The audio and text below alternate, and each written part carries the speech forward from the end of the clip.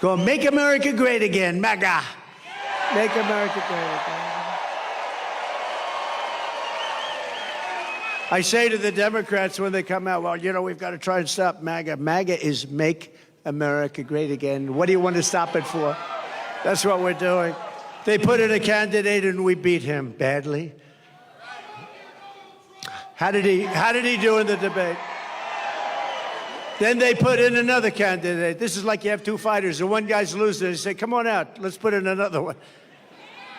So then they put in another candidate, and we're doing very well, considering the fact that she has the greatest press. She went from being a totally disrespected person 6 weeks ago. Nobody thought she had a chance. Nobody, and I don't think she can possibly win. If she does, our country is finished. You want to know the truth. But she was totally disrespected, the most unpopular vice president in the history of our country. And then they decided to get politically correct. We have to put her in. They put her in, and now they're putting her on the covers of Time magazine with an artist sketch. They don't use a picture.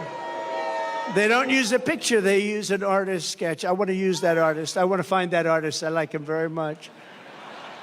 But we're going to beat her also, and they may then get a third candidate. Who knows? This is a little bit different than we're supposed to be doing. You're supposed to have a candidate. You know, we spent probably $100 million on beating him. Then we had a very good debate, and we beat him. And they said, well, instead of letting it go, who knows what happens, right? It's the world of politics. They say, we want him out. Joe, you're getting out now, Joe. Well, I don't want to get out. I have 14. You're getting out now, Joe. We can do it the nice way, or we can do it the hard way. And he's getting out. He's getting out. In fact, they're not even giving him a good spot to speak. You know, when he's speaking on Monday, Monday's not that's the worst day. But that's what they do, and it's their own form of, it's just another, I guess relatively, it's a minor form of cheating by comparison to what they really do, right? Everything Kamala Harris touches turns bad. It all turns bad. San Francisco was a great city. Now it's unlivable.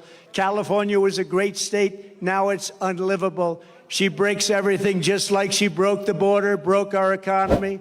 But soon we are going to fix every single problem Kamala Harris and Joe Biden have created, and we are going to save our country.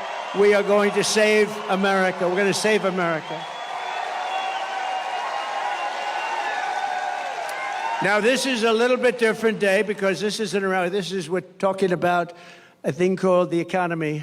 They wanted to do a speech on the economy. A lot of people are very devastated by what's happened with inflation and all of the other things. So we're doing this as a intellectual speech. You're all intellectuals today. Today we're doing it, and we're doing it right now, and it's very important. They say it's the most important subject. I think crime is right there. I think the border is right there, personally.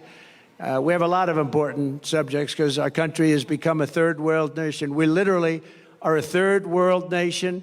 We're a banana republic in so many ways, and we're not going to let that happen because we're starting a free fall.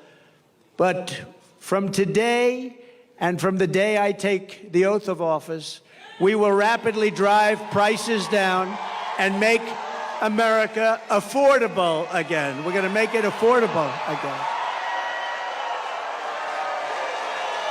Under Kamala Harris and crooked Joe Biden, the American dream is dead. You don't hear about the American dream anymore. It's dead.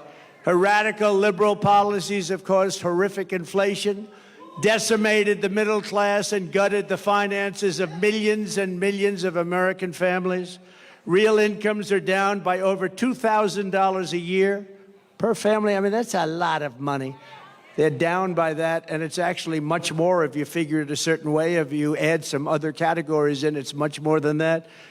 But down by 2,000 since she took office, and it was just announced that real earnings were down once again at a record rate.